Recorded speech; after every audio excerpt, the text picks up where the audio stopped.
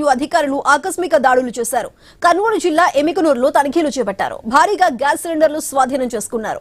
అక్రమంగా సిలిండర్లు వినియోగిస్తున్నారని గుర్తించారు. 5 బృందాలతో అధికారులు తనిఖీలు చేశారు.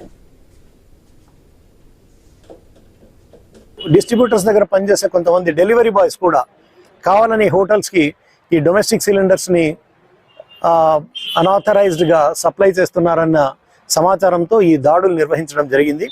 కాబట్టి దయచేసి ఈ డొమెస్టిక్ కన్జ్యూమర్స్ ఎవరైనా మీరు గ్యాస్ డెలివరీ తీసుకున్న తర్వాత ఆ సిలిండర్ మీరు మీ ఇంటి అవసరాల నిమిత్తం వాడుకోకుండా హోటల్స్ కానీ ఇతర కమర్షియల్ ఎస్టాబ్లిష్మెంట్స్ కానీ మీరు డైవర్ట్ చేసినట్లుగా మాకు మా విచారణలో తేలితే మీ సబ్సిడీ రద్దు చేసి మీ ఎవరైతే అటువంటి చర్యలకు పాల్పడతారో అటువంటి కనెక్షన్లు రద్దు చేయడం జరుగుతుందని కూడా దయచేసి గమనించవలసిందిగా కోరుతున్నాను.